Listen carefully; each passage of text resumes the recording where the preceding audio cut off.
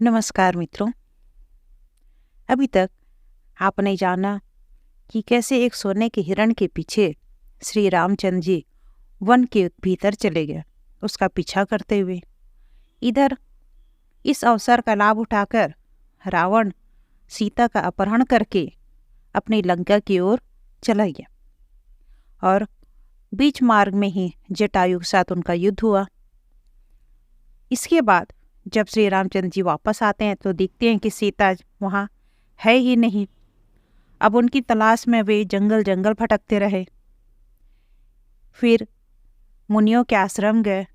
इस प्रकार वह एक जंगल से दूसरे जंगल, एक पर्वत से दूसरी पर्वत सीता की तलाश में, उनकी खोज में भटकते हुए जब उन्हें मार्ग में जटायु दिखे जो कि मृत्यु के बहुत ही निकट थे, किंतु सीता का आशीर्वाद पाने के कारण वो मृत्यु को प्राप्त नहीं हो रहे थे। उन्हें श्री रामचंद्र जी के इंतजार में वह सांसें गिन रहे थे। जब श्री रामचंद्र जी उन्हें देखे तो उनसे उनके उस हाल का कारण पूछा। तब जटायु ने बताया कि लंकापति रावण वह सीता माता का हरण करके अपने महल की ओर चला गया है, कृपया सीता माता को बचाइए।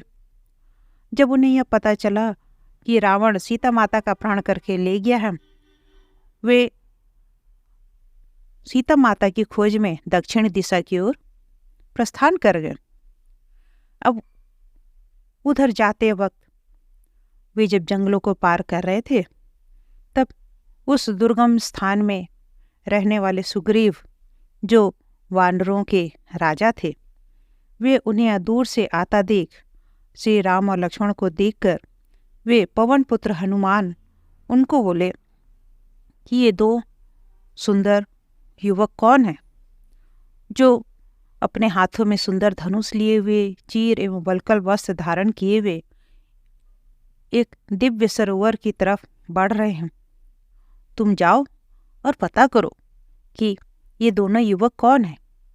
किंतु अपना वेश बदल कर जाना। सुग्रीव वो है जो बाली जो उनका बड़ा भाई है, वो उनकी पत्नी को हर लिया और उसके राज्य को हड़प कर वह वहाँ राज कर रहा था और सुग्रीव को अपने राज से निकाल दिया था, जिस वजह से सुग्रीव जंगल में रह रहा था और वो इंतजार कर रहा था कि कब कोई उनकी सहायता के लिए आए जो बाली से उनके राज्य को वापस दिला सके। अब इधर हनुमान जी से जब कहे, सुग्रीव ने कहा कि जाओ पता करो, तब हनुमान जी एक तपस्वी का वेश धारण करके उनके सामने पहुंचे और वहां पहुंचकर उनका परिचय मांगा।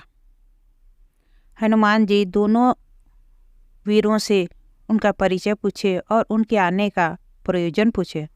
तब लक्ष्मण श्री राम जी की आज्ञा पाकर हनुमान जी से यह निवेदन करते हैं कि हम दोनों पुत्र पृथ्वी के जो राजा हैं, राजा दशरथ, उनके पुत्र हैं और ये उनके ज्येष्ठ पुत्र हैं श्री राम जी, जो वनवास के लिए 14 वर्ष का जिन्हें वनवास मिला है, वे वनवास के लिए इस वन में आए हुए हैं। किंतु इसी बीच हमारी सीता माता का रावण हर ले गया है और उन्हीं की तलाश में हम यहाँ तक पहुँच गए हैं। अब आगे का मार्ग अगर आप बता सकें तो बहुत ही कृपा बनेगी हमारे ऊपर। जब हनुमान जी को यह पता चलता है कि ये तो श्री रामचंद्र जी हैं, तो वे अपने असली रूप में आ गए और उनको प्रणाम करके बोले, हे प्रभु, मैं आपका दास हूँ, मैं आपका भक्त हूँ हनुमान। इस प्रकार जब श्री रामचंद्र जी उन्हें उनके असली रूप में दिखे तो उनको अपने गले लगा लिया। इसके बाद हनुमान जी उन्हें सांत्वना देते हुए सुग्रीव के पास ले गए और वे दोनों भाइयों को सुग्रीव से मिलाकर उनका परिचय बताएं। जब सुग्रीव को पता चला कि श्री रामचंद्र जी हैं तो वे उनके आने का कारण जाने और उसके बाद उनके चरण कमलों को सिर पर धारण करके वानरा सुग्रीव ने मधुरवाणी में कहा कि आज से आप हमारे स्वामी हुए। हे प्रभु, मैं समस्त वानरों के साथ आपका सेवक हुआ। आपका जो शत्रु वह आज से मेरा भी शत्रु है, और जो आपका मित्र है वह मेरा भी मित्र है। इतना ही नहीं प्रभु, आप जो दुख में हैं वह दुख भी मेरा है। आपकी प्रसन्नता ही मेरी प्रसन्नता है। इस प्रकार कहकर सुग्रीव ने पुनः श्री रामचंद्र जी से कहकर उन्हें प्रणाम किया, और साथ में सुग्रीव यह बोला कि बाली मेरा ज्येष्ठ भाई है, जो महाबलवान और बड़ा ही पराक्रमी है, किंतु वह हृदय का अति दुष्ट है। उसने कामासक्त होकर मेरी भार्या का अपहरण कर लिया है। इस समय आपके सिवा दूसरा कोई नहीं है जो बाली को मार सके। जो ताड़ के इन 7 वृक्षों को एक साथ भेद देगा या काट डालेगा, वही बाली का वध कर सकेगा। यह सुनकर श्री रामचंद्र जी ने भी सुग्रीव को खुश करने के लिए और उनको विश्वास दिलाने के लिए आधे खींचे हुए बाण से ही उन 7 महावृक्षों को एक साथ काट दिया। उस महावृक्ष भेदन करके श्री राम सुग्रीव से कहा, सूर्यनंदन सुग्रीव, मेरे पहचानने के लिए अपने शरीर में कोई चिन्ह धारण करके तुम जाओ और बाली के साथ युद्ध करो। उनके यूं कहने पर सुग्रीव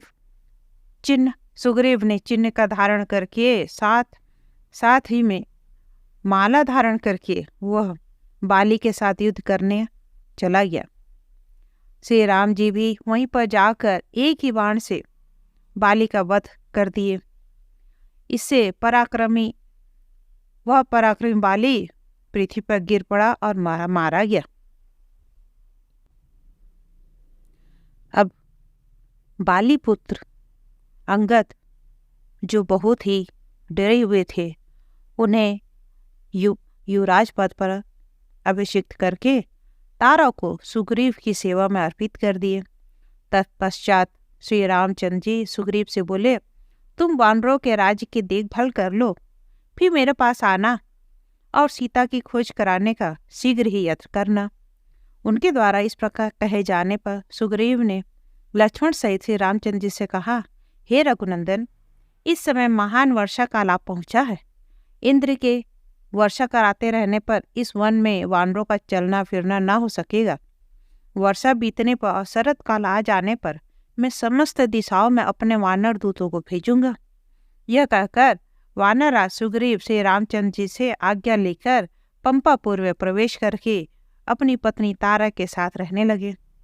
अब इधर श्री रामचंद्र जी अपने भाई लक्ष्मण को लेकर उस महावन नीलकंठ नामक पर्वत की चोटी पर रहने लगे। उनका यह वर्षा काल सीता के वियोग में बहुत ही कठिनाई से बीत रहा था।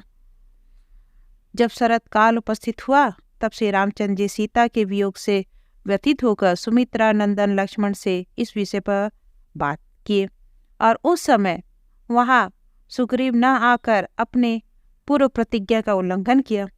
इसलिए श्री राम ने लक्ष्मण से क्रोध से कहा कि तुम पंपापुर में जाओ और देखो क्या कारण है कि वह दुष्ट वानर राज अभी तक नहीं आया। पहले तो वह यही कहा गया था कि वर्षा काल बीतने पर मैं अनेक वानरों के साथ आपके पास आऊंगा।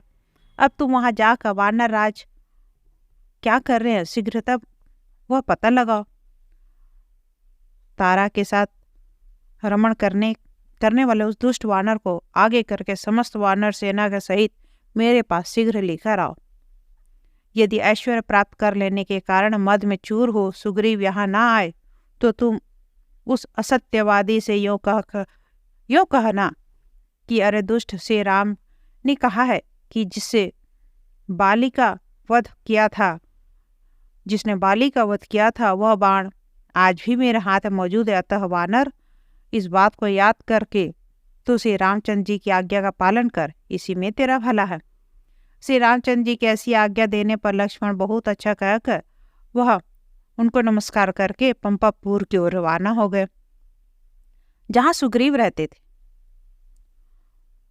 वहां उन्होंने वानरराज सुग्रीव को देखकर कहा कि श्री रामचंद्र जी के कार्य से मुंह मोड़कर यहाँ तारा के साथ भोग विलास में फंसे हुए हो। तुमने श्री राम के सामने जो यह प्रतिज्ञा की थी सीता को ढूंढ लाने के लिए, क्या उसे तुम भूल गए? जिन्होंने बाली को मारकर पहले ही तुम्हें राज्य दे दिया, ऐसे परोपकारी मित्र का तेरे सिवा कौन अनादर कर सकता है? तूने देवता, अग्नि, जल के निकट श्री राम जी से यह प्रतिज्ञा की थी कि मैं पत्नी से वियुक्त हुए आपकी सहायता करूंगा। राजन, जो आपके शत्रु हैं वे सभी मेरे भी शत्रु हैं, तथा जो आपके मित्र हैं वे सभी सदा ही मेरे मित्र रहेंगे। मैं बहुत से वानरों के साथ सीता की खोज कराने के लिए अवश्य ही आपके पास आऊँगा।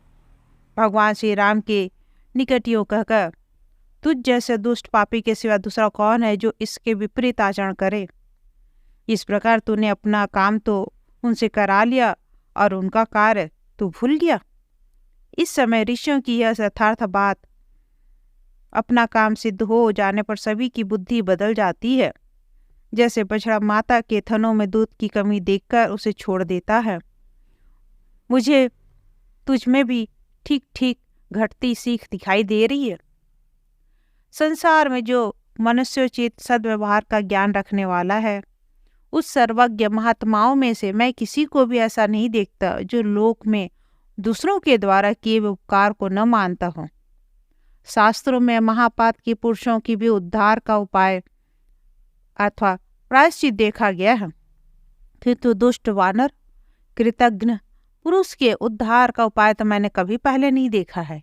इसलिए तुझे कभी कृतघ्नता नहीं करनी चाहिए। अपनी ही की हुई प्रतिज्ञा को याद कर और तेरे हित की रक्षा करने के लिए स्वयं श्री राम की शरण में चला जा। लक्ष्मण के इस प्रकार कहने पर कपिराज सुग्रीव मंत्री की प्रेरणा से बाहर निकले और उन्होंने लक्ष्मण को प्रणाम करके उनसे अपने अज्ञानवश किए हुए अपराधों के क्षमा मांगने लगे और वे कहे कि वे आज भी उनका उल्लंघन नहीं करना चाहते। मैं समस्त वानरों को साथ लेकर आपके साथ श्री राम के पास चलूँगा। मुझे वहाँ देखकर श्री रामचंद्र जी मुझे जो कुछ भी कहेंगे उसे मैं सिरोधार्य करके निसंदेह पूर्ण करूँगा। हे राजन, मेरे यहाँ बड़े बड़े वीर वानर हैं, उन सबको मैं सीता की खोज करने के लिए समस्त दिशाओं में भेजूंगा। वानरराज सुग्रीव के यूँ कहने पर लक्ष्मण ने कहा कि अब यहाँ से शीघ्र ही श्री राम के पास चलो। वानरों और भालुओं की सेना भी बुला लो, जिसे देखकर श्री रामचंद्र जी तुम पर प्रसन्न हो सकें। लक्ष्मण द्वारा इस प्रकार कहे जाने पर परम पराक्रमी सुग्रीव के पास जो भी सेना थी वे युवराज अंगद के इशारे से सबको इकट्ठा कर लिए और सेना का संचालन करने के लिए सेनापति को प्रेरित किया। सेनापति के बुलाने पर पर्वत, कंदरा, वृक्षों पर रहने वाले करोड़ों वानर आए। पर्वतों के समान आकार वाले उस भयंकर पराक्रमी वानरों के साथ सुग्रीव ने उस समय शीघ्रतापूर्वक पहुंचकर श्री रामचंद्र जी को प्रणाम किया और साथ ही लक्ष्मण जी ने भी अपने भाई को प्रणाम करके कहा, इन विनयशील सुग्रीव पर आप कृपा करें भैया।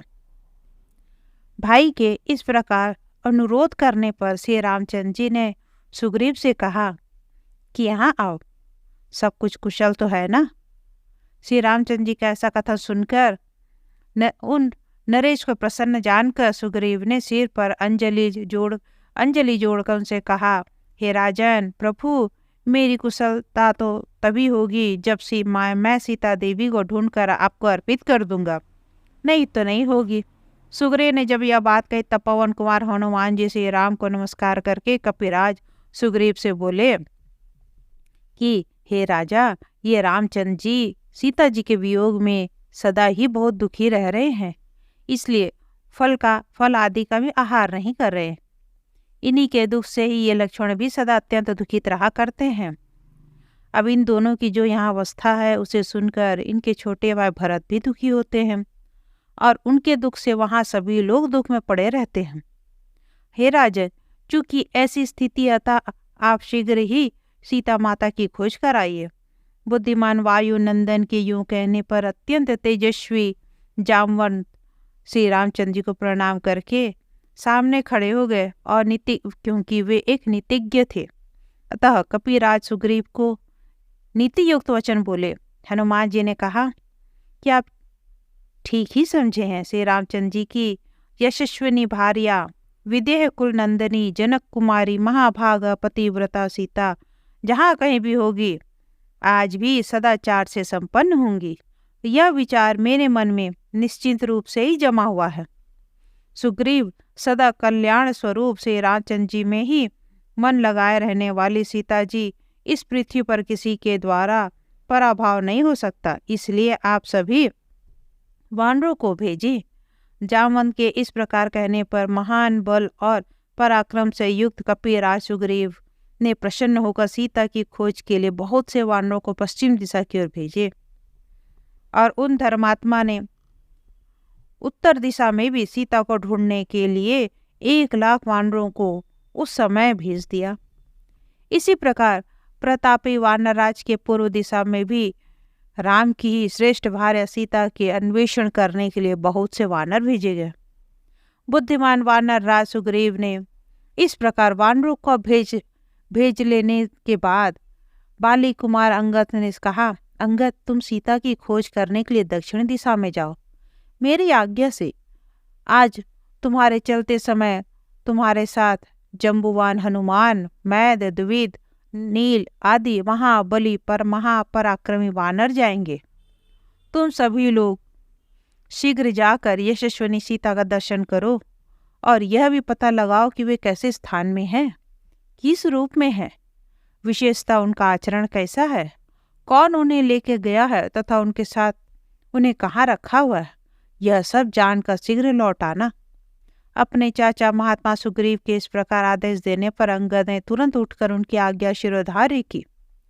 सुग्रीव की पूर्वोक्त आज्ञा सुनकर नीतिज्ञ जामवंत ने सब वानरों को कुछ दूर खड़ा कर दिया और श्री राम लक्ष्मण सुग्रीव तथा हनुमान जी को एक जगह करके उन्हें कहने लगे कि सीता का अन्वेषण करने के विषय में इस समय आप मेरी एक बात सुने और सुनने के बाद यदि आपको अच्छा लगे तो आप उसे स्वीकार करें। जटायु ने तपस्विनी सीता को जन स्थान से रावण द्वारा ले जाते हुए देखा था तथा उन्हें उनके साथ यथाशक्ति युद्ध भी किया था। साथ ही सीता ने उस समय अपने आभूषण उतार कर फेंके थे जिनको जटायु ने और हम लोगों ने भी देखा था। उन आभूषणों को हमने सुग्रीव को अर्पित कर दिया। इस कारण राजेंद्र जटायु की कथा अनुसार आप इस बात को सत्य समझे कि सीता को वही दुष्ट रावण ले गया है और वे इस समय लंका में ही है। वहां रहकर भी वे आपके ही दुख से अत्यंत दुखी ही वहां रह रही हैं और निरंतर आपको स्मरण ही करती रहती है। जनक नंदिनी सीता लंका में रहकर भी वे अपने सदाचार की यत्नपूर्वक रक्षा कर रही हैं। वे सुमुखी सीता देवी आपके ही ध्यान से अपने प्राणों को धारण करती हुई वहां आपका इंतजार कर रही हैं और वे आपके वियोग में ही डूबी रहती हैं। इसलिए राजन इस समय आपके हित की बात ही बता रहा हूँ। आप इस कार्य के लिए वायुपुत्र हनुमान जी को आज्ञा दें क्योंकि ये ही समुद्र लांघने में समर्थ हैं और आपको भी चाहिए कि पवन कुमार हनुमान जी को वहां भेजें क्योंकि वानरों में उनके अतिरिक्त कोई भी ऐसा नहीं है जो समुद्र के पार जा सके। इसके बराबर किसी का भी बल नहीं है। बस मेरे मन में यही विचार है, मेरे कथन का शीघ्र पालन किया जाए क्योंकि यह हमारे लिए सदा ही हितकर और लाभकारी होगा। जामवंत के इस प्रकार थोड़े अक्षरों में नीति युक्त वचन कहने पर वानरराज सुग्रीव शीघ्र ही अपने आसन से उठे और वायुनंदन हनुमान जी के निकट जाकर उनसे बोले, हे पवन कुमार हनुमान, ये प्रतापी राजा श्री रामचंद्र जी इक्ष्वाकु वंश के भूषण हैं। ये अपने पिता की आज्ञा मानकर भाई और पत्नी के साथ दंडकारण्य में चले आए थे। सदैव धर्म में तत्पर रहने से ये श्री रामचंद्र जी समस्त लोगों के ईश्वर और सबके आत्मा साक्षात भगवान विष्णु ही हैं। इस समय मनुष्य रूप में अवतीर्ण हुए हैं। इनकी धर्मपत्नी सीता को दुष्ट दुरात्मा रावण हर ले गया है।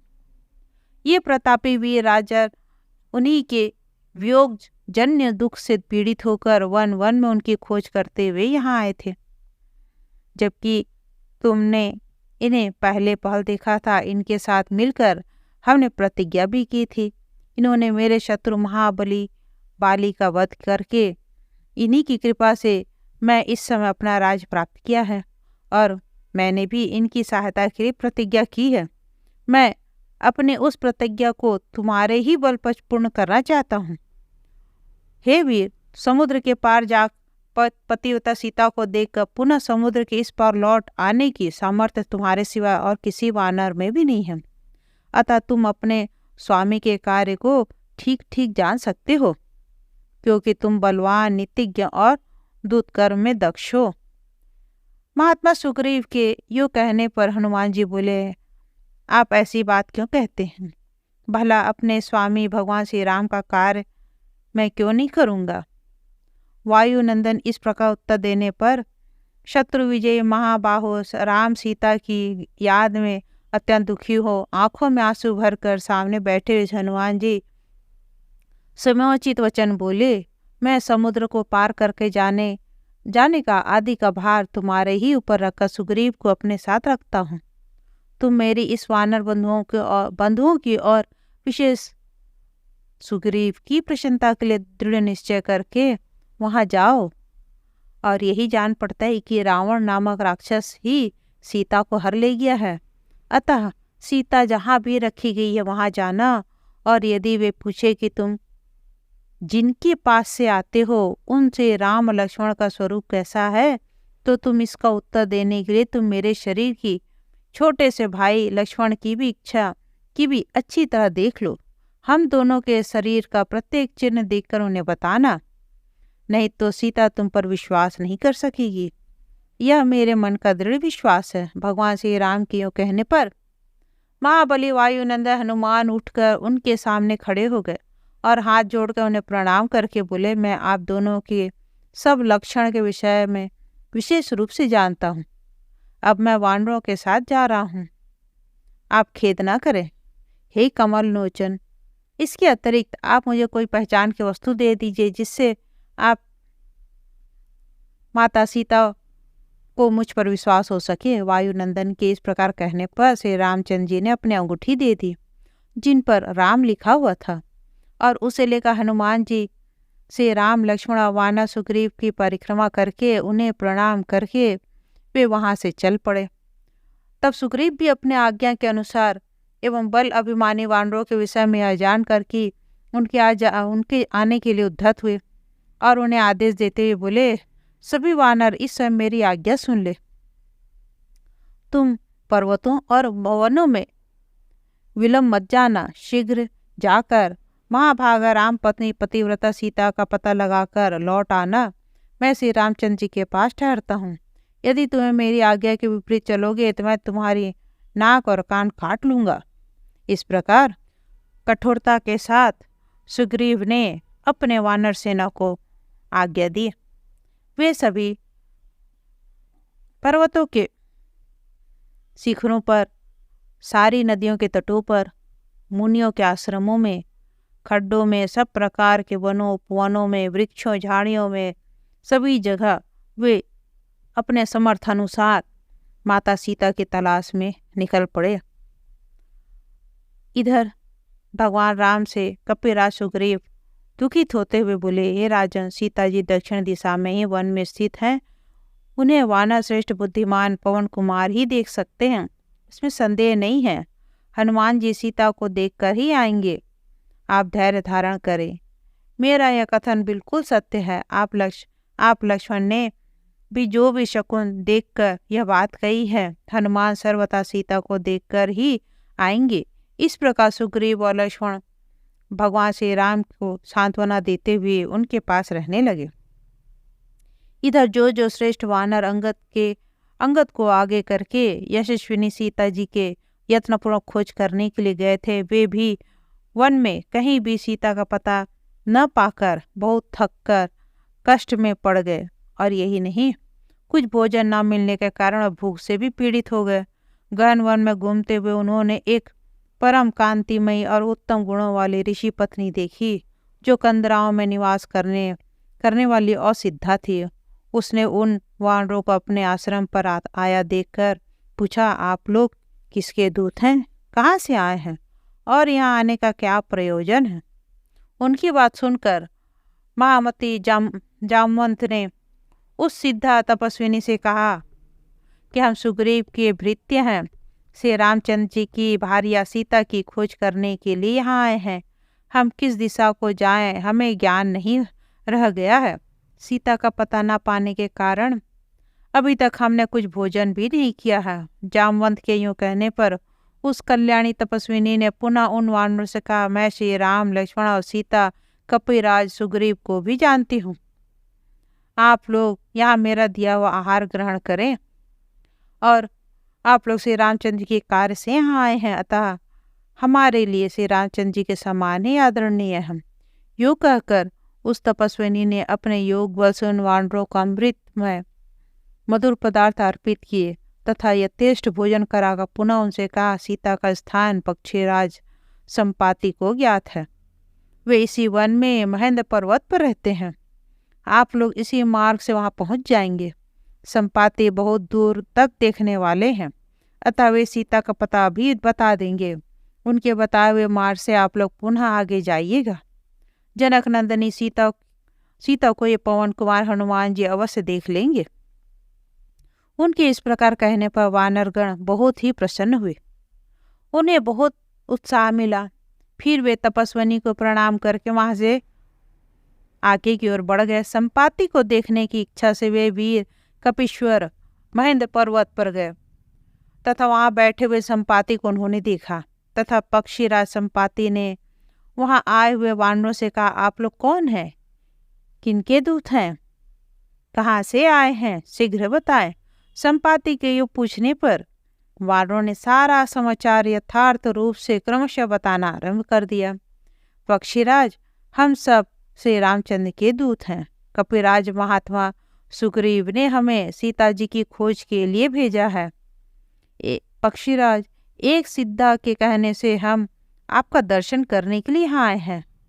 सीता के स्थान का पता आप हमें बता दें। वानरों के इस तरह अनुरोध करने पर गृध्र संपाति ने अपनी दृष्टि दक्षिण दिशा की ओर दौड़ाई और पतिव्रता सीता को देखकर बताया कि सीता जी लंका में अशोक वन में के भीतर ठहरी हुई है। तब वानरों ने कहा, आपके भ्राता जटायु ने सीता जी की रक्षा के लिए अपने प्राण त्याग दिए। यह सुनकर महामती संपाति ने स्नान करके जटायु को जलांजलि दी और योग धारणा का आश्रय लिया और अपने शरीर का भी त्याग कर दिया। उसके बाद वानरों ने संपाति के शव का दाह संस्कार किया और उन्हें जलांजलि दी और महेंद्र पर्वत पर जाकर तथा उसके शिखर पर आरूढ़ हो गया। क्षण भर खड़े रहे, फिर समुद्र की ओर देखकर वे सभी परस्पर कहने लगे, रावण ने ही भगवान श्री राम की पत्नी सीता का अपहरण किया है। यह बात तो निश्चित हो गई है।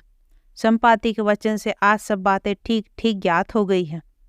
अब हम सब लोग सोच रहे हैं कि अब यहाँ वानरों में कौन ऐसा वीर है जो इस क्षार समुद्र के पार जाकर लंका में घुसे और उस परम यशस्विनी श्री राम की पत्नी सीता का दर्शन करके पुनः समुद्र पार कर लौट आने में समर्थ हो सके।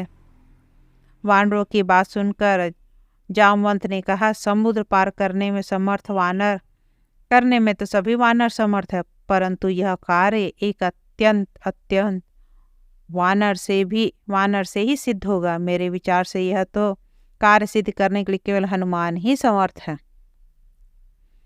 अब हमारे लौटने का जो नियत समय था वह 15 दिन अधिक बीत गया है। यदि हम लोग सीता को देखे बिना ही लौट जाएंगे तो कपिराज सुग्रीव हमारी नाक और कान काट लेंगे। इसलिए अब हम सभी लोग इस कार्य के लिए वायुनंदन हनुमान जी से ही प्रार्थना करते हैं। यह सुनकर वानरों ने वृद्ध जामवंत से कहा कि अच्छा ऐसा ही हो। तत्पश्चात सभी वानर कार्य साधने में विशेष कुशल महाबुद्धिमान पवन नंदन हनुमान जी से प्रार्थना करने लगे, हे अंजनी नंदन, आप श्री रामचंद्र जी के प्रिय सेवक हैं। आप ही रावण को भय देने के लिए लंका में जाइए और हमारे वानर वृंद की रक्षा करिए। वानरों के कहने पर पवन कुमार हनुमान जी तथास्तु कहकर उनकी प्रार्थना को स्वीकार कर ली। एक तो श्री रामचंद्र जी की आज्ञा थी, फिर अपने स्वामी सुग्रीव ने भी आदेश दिया था। अब इसके बाद महापर्वत पर उन वानरों ने भी उन्हें प्रेरित किया। अतः अंजनी कुमार हनुमान जी समुद्र लांग कर निशाचर पूरी लंका में जाने का निश्चय कर लिए। अब आगे क्या होगा? हनुमान जी किस प्रकार समुद्र को पार करके लंका में जाएंगे और कैसे सीता जी से भेंट होगी, ये सब मैं अगले अध्याय में बताऊंगी। आशा है आप लोगों को मेरा यह अध्याय पसंद आया होगा। अब अगले अंक में फिर मैं आप लोगों को हनुमान जी का एक रूप लेकर आप लोगों के समक्ष प्रस्तुत होंगी, जिसमें हनुमान जी की वीरता और लंका का दहन होगा। वह सब मैं विस्तृत रूप में बताऊंगी। तब तक के लिए जय हिंद, जय भारत, जय श्री रामचंद्र की जय।